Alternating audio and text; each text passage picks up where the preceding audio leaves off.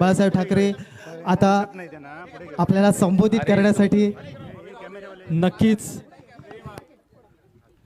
आभाळ जरी कोसळलं तरी त्या आभाळाच्या छतावर पाय रोवून ठेवणारा असा नेता आपल्या समोर एक, त्या जोरदार टाळ्या झाल्या पाहिजेत.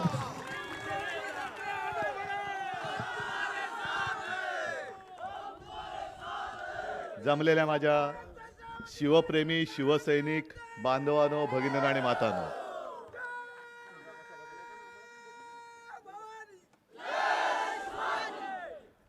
अनेक सभा आजपर्यंत मी केलेल्या आहेत, बरीच भाषणं सुद्धा केलेली आहेत. पण आजचं हे माझं इथून मी भाषण नाही करणार. मी जे काय बोलणार आहे तुमच्याशी, हा क्षण अविस्मरणीय आहे. भास्कररावांनी त्यांच्या मनातल्या भावना सांगितल्या आणि मी ज्या वेळेला शिवछत्रपती महाराजांच्या त्या मूर्तीसमोर उभा राहिलो, एक क्षणभर मला असं वाटलं की ते मला विचारतायत, तुम्ही आमचा नुसता जय जयकार करता, पण आमच्याकडनं काय घेतलं, काही शिकलास की नाही, का नुसताच जय जयकार करतोयस. तो सगळा जो काळ होता, पुन्हा त्याचं काही वर्णन करण्याची गरज नाही. पण आत्ता मोबाईल आहेत, टी व्ही चॅनल्स आहेत, टेलिफोन आले, बऱ्याच काही गोष्टी आल्या. पण त्या काळामध्ये फोन नव्हते, काही नव्हतं. 18 पगड जाती जमातीमध्ये विखुरला गेलेला सगळा आपला हा मराठी माणूस, त्याची ताकद ती काय असणार, शस्त्र नव्हती, काही नव्हतं, समोर बलाढ्य शत्रू होता. आणि त्या मुठभर मावळ्यानिशी स्वराज्य स्थापन करण्याचं स्वप्न पाहणं हे केवढं मोठं धाडस होतं. औरंगजेब बसला होता तिकडे, अफजल खान आला होता. पण निष्ठा आणि निष्ठावान माणसं ही मुठभर जरी असली, त्याची वज्रमुठ एवढी असते की तिने आग्र्याचं तख्त सुद्धा फोडलं होतं. त्या आग्र्याच्या तख्ताखाली सुद्धा आग लागली होती. आणि मला वाटलं शिवाजी महाराज मला तेच विचारतायत की अरे आता तर निवडणुका आहेत, त्यावेळेला निवडणुका नव्हत्या. अफजल खान भेटीला आला होता तेव्हा काय ईव्हीएम नव्हती. आणि त्यांनी जी मगरमिठी मारली आणि पाठीत त्यांनी जो वार केला, जर लेच्यापेच्यासारखा मी गेलो असतो तर काय झालं असतं.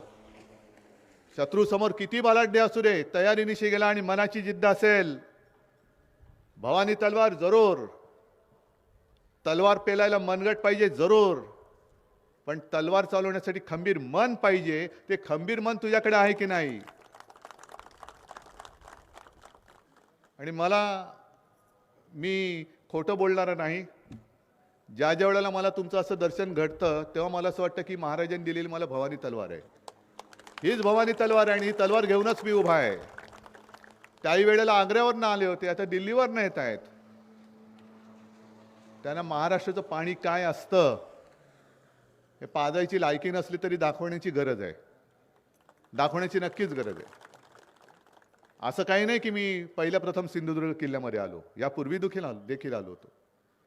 अगदी मला आठवतंय मनोहर जोशी मुख्यमंत्री होते, शिवजयंती 1 मेला आली होती, 1 मे तिथीप्रमाणे. आणि तेव्हा तो पहिल्यांदा झेंडा लावायला आलो होतो, मी त्यांच्याबरोबर होतो. आणि आज मला खरंच वैभवचं मला कौतुक करायचं आहे की याला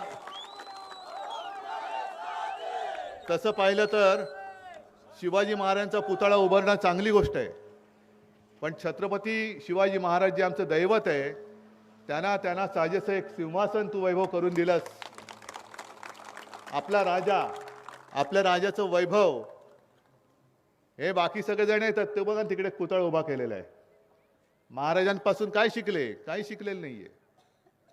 महाराजांनी स्वराज्य स्थापन केलं, त्या महाराजांचा महाराष्ट्र लुटणारे महाराजांचा पुतळा स्थापन करून गेले.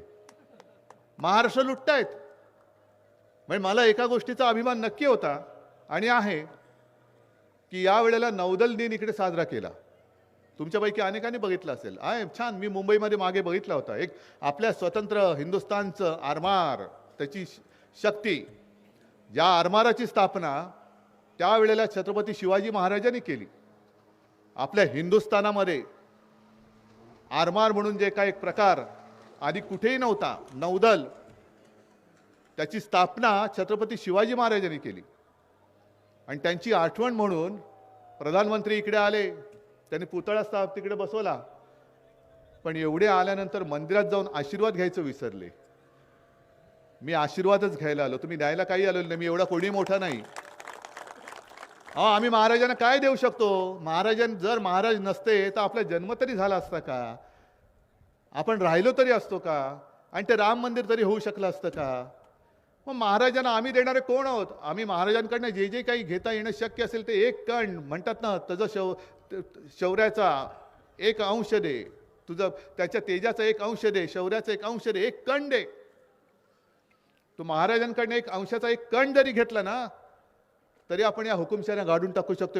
एवढी ताकद त्या कणामध्ये, अंशामध्ये, तेजामध्ये. आणि विनायकजी, तुम्ही बोललात ते बरोबर आहे. मी त्यावेळेला मुख्यमंत्री म्हणून काय काय केलं हे माझ्यापेक्षा तुम्हाला माहिती आहे. संकट आलं होतं, मग ते चक्रीवादळ या किनारपट्टीवरूनच गेली. नुकसान कुठे कुठे किती कसं झालं हेही मी काय पुन्हा सांगत बसत नाही, पण तेव्हाही मी इथे आलो होतो. चिपळूणला सुद्धा भास्करराव, तुम्ही आणि आपण सगळे त्या बाजारपेठेतून फिरलो होतो. पुराच्या वेळेला पूर आला होता, सगळं तळमजला पूर्ण चिखलाने भरून गेला होता. करोनाचा काळ होता आणि एक प्रसंग, एक घटना हृदयाला चटका लावून गेली. ती म्हणजे चिपळूणमध्ये बाजारपेठेच्या तिकडे एका हॉस्पिटलमध्ये पहिल्या मजल्यावरती 9 माणसं दगावली होती. ऑक्सिजन मिळाला नाही. ऑक्सिजन का मिळाला नाही? ऑक्सिजन नव्हता म्हणून नाही, ऑक्सिजन होता, पण वीज पुरवठा खंडित झाला म्हणून ते गेले. वीज पुरवठा खंडित झाला आणि जे बरे होण्यासाठी रुग्ण विश्वासाने आले होते त्या हॉस्पिटलमध्ये, त्यांना प्राण गमवावे लागले. अजूनही तो हृदयाला चटका लावून गेलेला प्रसंग आहे. आणि त्याच सुमारास मी निर्णय घेतला, सगळ्यांना बोलवलं, MSCB वाले आले, सगळे आले. त्यांना विचारलं काय करता येईल, कायमस्वरूपी काय करता येईल, कारण हा किनारपट्टीचा भाग आहे. आणि गेल्या काही वर्षामध्ये ही वादळं आपल्याच किनारपट्टीवरती धडकत आहेत. कुठे रायगडमध्ये आलं, कुठे आणखीन कुठे आलं. समजा धडकलं नाही तरी एक फटका देऊन तर जातच. वृक्ष उन्मळून पडतात. मोठमोठे वृक्ष उन्मळून पडलेले मी बघितलेले आहेत. 40-40, 50-50, 100 वर्षाचे वृक्ष उन्मळून पडले. मग त्यांनी मला सांगितलं की साहेब, भूमिगत ज्या वीज तारा ज्या आहेत त्या भूमिगत केल्या तर किती मोठं वादळ आलं तर वीज प्रवाह खंडित होणार नाही. म्हटलं ताबडतोब सुरू करा, ताबडतोब सुरू करा आणि त्याला जेवढा निधी लागेल तेवढा तत्काळ मंजुरी द्या. आणि मी त्याला मंजुरी दिली आणि काम करायला सुरुवात केली. नंतर ज्या कलेक्टर बरोबर मी बोलत होतो, मला वाटतं त्यावेळेला इकडे त्या मंजुलक्ष्मीबाई होत्या. संपूर्ण किनारपट्टीचे जेवढे कलेक्टर होते त्यांना सुद्धा सांगितलं की काही वेळेला धोकादायक जे भाग असतात तिथल्या नागरिकांना हलवावं लागतं. मग कुठे हलवणार? कुठेतरी शाळा बघ, कुठे लग्नाचा हॉल बघ, कुठे आणखीन काय बघ. तर म्हटलं असं नका करू. प्रत्येक ठिकाणी जिथे जिथे धोक्याची शक्यता असते आणि आहे तिथे माझ्या नागरिकांना गैरसोय होणार नाही. एक 2-3 दिवस राहायची सोय असली आणि व्यवस्थित तर त्यांचं जीवन थोडंसं सुखकारक नाही होऊ शकत, पण सुरक्षित राहील अशा पद्धतीने निवारे उभारा. म्हणून या संपूर्ण किनारपट्टीवरती एक तर भूमिगत वीज वाहक तारा आणि दुसरं म्हणजे हे निवाऱ्याची सोय करायला मी सांगितली होती. या गोष्टी आपण सुरू केल्या. आता आहेत नाही आहेत हे तुम्हाला माहिती. कारण ज्या गद्दारांनी हे चांगलं चालणारं आणि कारभार करणारं सरकार पाडलं, ते कारभार करण्यासाठी नाही पाडलं, महाराष्ट्र गिळायला आणि महाराष्ट्र लुटणाऱ्याला मदत करण्यासाठी म्हणून पाडलं. आणि प्रधानमंत्री सुद्धा जे आले होते, मला वाटलं होतं की संकट तर आलेच नव्हते. दोन्ही निसर्ग आणि तोक्तेच्या वेळेला आले नाही, त्याच्या आधीच वादळ आलं होतं तेव्हाही आले नव्हते, कुठेच आले नव्हते. अचानक त्यांना आठवण झाली की अरे, छत्रपती शिवाजी महाराज नावाची एक मोठी व्यक्ती आपल्या देशात होऊन गेली आणि त्यांनी आरमाराची स्थापना केली. मग हा सिंधुदुर्ग जो मतदारसंघ आहे तो जिंकायचा असेल तर छत्रपती शिवाजी महाराजांचं काहीतरी केलं तर मतं देऊ शकतात. अहो, छत्रपती शिवाजी महाराजांचे आम्ही भक्त एवढे लेचेपेचे नाही आहोत. आम्हाला तुमची ढोंग सगळी कळतात. आमच्या रक्तामध्ये छत्रपती शिवाजी महाराज आहेत, अंगामध्ये आमच्या भगवा आहे. तुमच्या दिखाव्याला आम्ही भुलणारे नाहीत. ठीक आहे, तुम्ही तुमच्या परीने पुतळा केला, चांगला आहे. महाराजांचे जेवढे पुतळे उभारले जातील, स्मारकं उभारली जातील, अभिमान आहे. पण त्याच बरोबरीने विनायकजी, तुम्ही जे बोललात मायनाक भंडारी, कारण महाराजांच्या बरोबरीने सारी सुरी माणसं उभी राहिली. 18 पगड जाती जमातींची बोललो ना, काटक मावळे, काही त्यांच्यामध्ये तसं काय मोठे बलदंड नव्हते, पण ताटक होते. आणि त्यांच्या भरोशावरती, त्यांच्या विश्वासावरती महाराजांनी हिंदवी स्वराज्य स्थापन केलं. त्या एक एक एक एक एक एक त्यांच्या शिलेदाराचं, त्यांच्या सोबत्यांचं, साथीदारांचं, त्यांचं सुद्धा पूजन हे आपण केलंच पाहिजे. कारण महाराज तर आपण होऊच शकत नाही. कित्येक लाखो जन्म घेतले तरी आम्ही महाराज होऊच शकत नाही. निदान मावळ्यांच्या बरोबरींची सुद्धा आम्ही होऊ शकत नाही. पण मावळ्यांसारखं आणि त्यांच्यापासून काहीतरी प्रेरणा घेऊन पुढे जर का आयुष्य जगू शकलो तरी मी म्हणेन आपण मोठ्या आपल्या आयुष्याची कमाई राहील. आणि मला खात्री आहे, मी मुख्यमंत्री तेव्हाही व्हायचं माझं स्वप्न नव्हतं. पण एक जरूर, की आता ज्या गद्दारांनी आपलं सरकार पाडलं, मी त्यांच्या नाकावर टिचून पुन्हा माझ्या शिवसेनेचा मुख्यमंत्री करून दाखवणार, म्हणजे दाखवणारच. आणि एवढंच नाही तर आता येणारी पहिली जी लोकसभा आहे तिकडे सुद्धा मी भारतीय जनता पक्षाला दाखवणार आहे की तुम्ही भगव्यामध्ये छेद करण्याचं पाप केलेलं आहात. जो छत्रपती शिवाजी महाराजांचा भगवा आहे, लाखो हजारो वर्षाची त्याची परंपरा आहे, त्या भगव्याला तुम्ही डाग लावलात. तुम्हाला आता आमचा छत्रपती शिवाजी महाराजांचा खरा भगवा काय असतो तो तिथे लाल किल्ल्यावरती पुन्हा फडकून मी दाखवतो.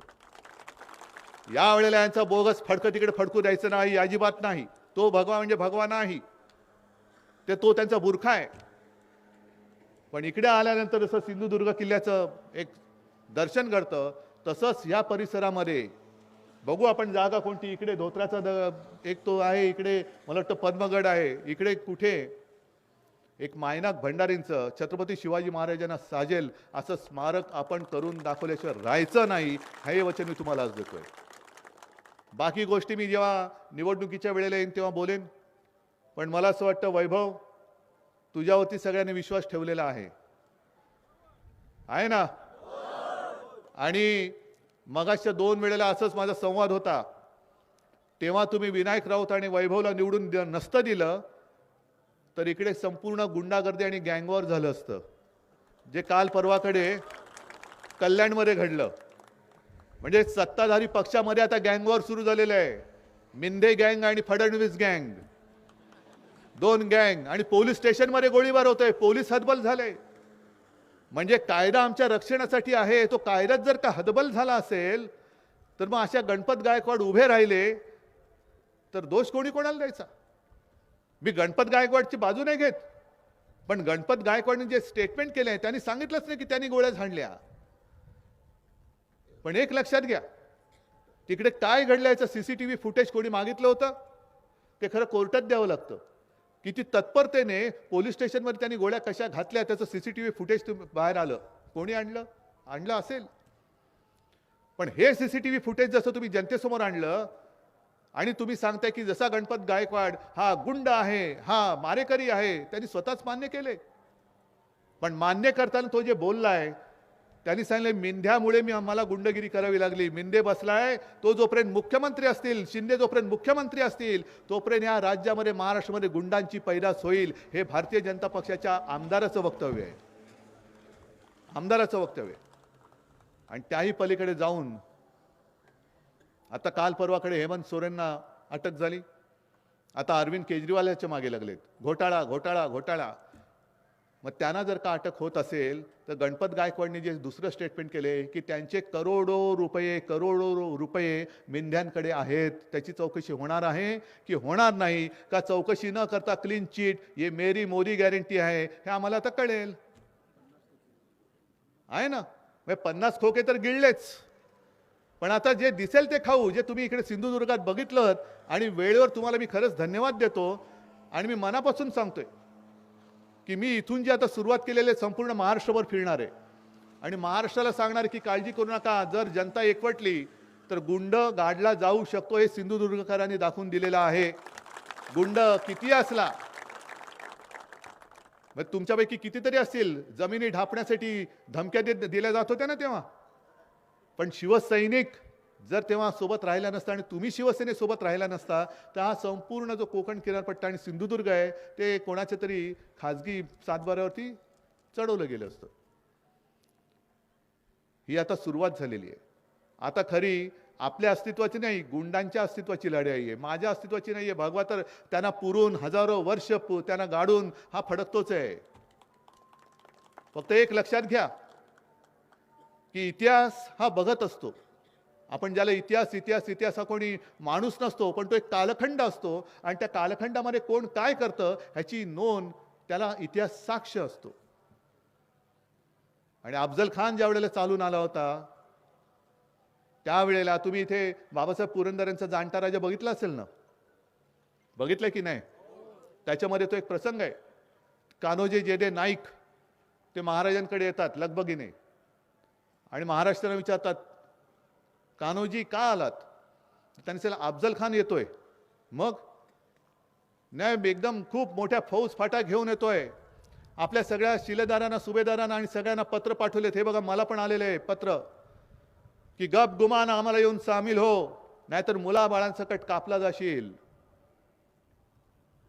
मग तुम्ही काय ठरवलं? आलास तर तुला वतनदारी मिळेल, सुभेदार होशील, आणखीन काही होशील, आमदार होशील, खासदार होशील, मंत्री होशील, उपमुख्यमंत्री, मुख्यमंत्री होशील. मग महाराज म्हणाले मग काय, जा की त्याच्याकडे, तुम्ही सगळे सुखरूप राहाल, आमचे सगळे सोयरे सुद्धा गेलेले आहेत, तुम्ही पण जा. आणि तेव्हा कान्होजी जे भडकले ते म्हणाले, महाराज ही 5 पोरं मी घेऊन आलेलो आहे तुमच्या चरणी वाहून टाकायला. आणि त्यांनी तिकडे लोटा होता त्याचं पाणी घेऊन त्यांच्या पायावर सोडलं. हे सोडलं पाणी मी माझ्या घरदारावर, हे सोडलं पाणी मी माझ्या मुलाबाळावर, पण जोपर्यंत जीवात जीव आहे तोपर्यंत मी माझ्या भगव्याची आणि माझ्या या शिवरायाची साथ मी सोडणार नाही. आता हे तुम्ही ठरवायचंय, तुम्ही ठरवायचंय. कान्होजी जेडे नाईक म्हटल्यानंतर त्यांचं नाव घेताना अभिमानाने ऊर भरून येतो, पण त्याचबरोबर खंडोजी खोपडा म्हटल्यानंतर साला गद्दार नाव राहतं, पण गद्दार म्हणून राहतं आणि निष्ठावान म्हणून राहतं. आपलं नाव इतिहासात काय कोरलं जाणार आहे, कसं कोरलं पाहिजे हे स्वतःची ठरवण्याची आता वेळ आलेली आहे. आज कोणी झाले असतील मंत्री आणि कोण मुख्यमंत्री झाले असतील, मिळाली असेल त्यांना काही वतनदारी, 50 खोके मिळाले असतील, पण जेव्हा तुमची खुर्ची जाईल आणि लोकांमध्ये फिराल तेव्हा तुम्हाला सगळ्यांना हे बघा गद्दार आला, हा बघा गद्दार आला, हा गद्दाराचा मुलगा आला, ह्या गद्दार आला. आणि तुम्ही जेव्हा फिराल तेव्हा आबाग माझा शिवसैनिक आला, आबाग माझा शिवसैनिक आला. आणि ती निष्ठा हीच मला वाटतं महाराजांनी सांगितलं असेल की उद्धव माझा आशीर्वाद तुझ्यासोबत आहे. जोपर्यंत भगव्याशी निष्ठा असलेले शिवसैनिक तुझ्यासोबत आहेत तोपर्यंत दिल्लीत नका येऊ दे, आग्र्यात नका येऊ दे, किती कोणी अफजल खान आला, औरंगजेब आला, तरी विजय फक्त भगव्या आणि भगव्याचाच होईल. जय हिंद, जय महाराष्ट्र. सळसळत रक्त शिवाचे फक्त कपाळी भगवा टिळा.